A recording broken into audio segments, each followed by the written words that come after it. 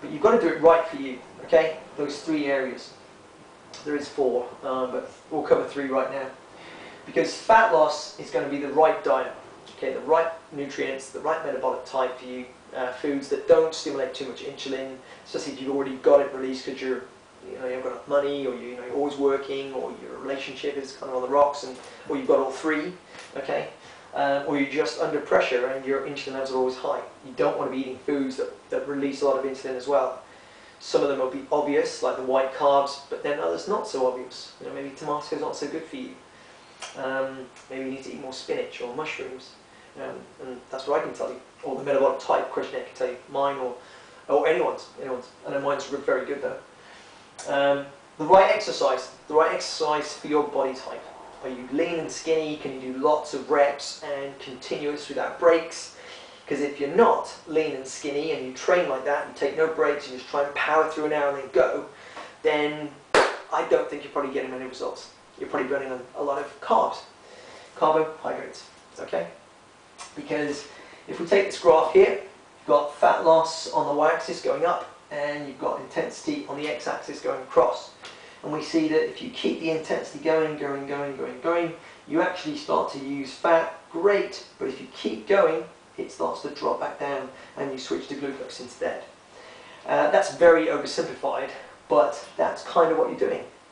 And that is akin to a rev counter in your car, where in the beginning as you start to accelerate and start to sort of use the engine's capacity, you're all good. But if you go too high and you keep it flat and you go towards the red line, the car's going to strain, or your engine is going to strain, your muscles are going to strain, or your nervous system is going to strain. Even if you feel good, I mean, you can feel good and go hard, but it's got to be for short amounts of time, and it's got to be done in the right way.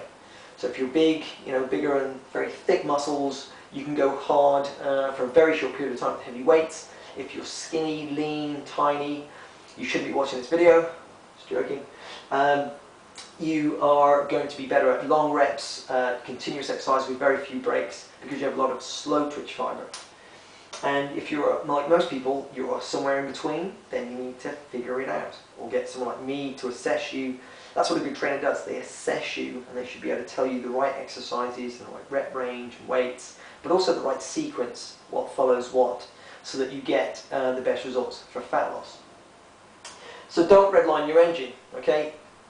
That's how you burn out engines, that's how you break parts of the engine, that's how you get over fatigued, and you don't want to go to the gym because your reserves are low, you're drained.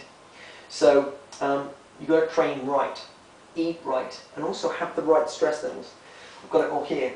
So the right diet, the right exercise, the right stress levels, okay, and also the right health and wellness. Because if you don't sleep enough, or you don't rest well, or you're not getting the recovery, you're always, as I said, redlining your engine, you're going to struggle, okay? So it's a combination of getting these right, and they're all slightly different for other people, okay? Fitness will affect certain things, your metabolic type will affect your diet, your ability to handle stress or take on new types of stress will be different for other people. And also, are you someone who goes to bed early? Are you someone who, do you have health and wellness? What do you like when you're not eating, or when you're not in the gym? Is that balance right? Because that will affect your reserves and what predominant fuel you're using. So, not too much alcohol, drink lots of water, get to bed early.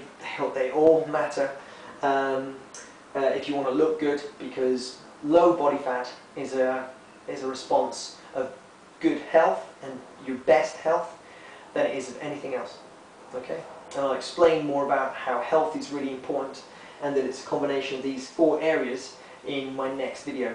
In fact, these 4 areas are really important when it comes to healing and growing as well, because they're all, if you get this wrong, your stress hormones make you catabolic, and catabolic is good because it breaks you down, but what are you breaking down? Okay, you could be breaking down a lot of muscle tissue here and not fat, and that would you could be then a hard gainer because you're training wrong. Okay, or could be training wrong. You can always get in touch with me now on Facebook or on my new blog, because hopefully my new website is on the bottom of this YouTube video. Thank you. Here's all the information on the chart today that you might not have been able to see because I was talking and standing in the way. So here we go. Jot that down, make a note of that, and I hope you enjoyed the lecture. Thank you.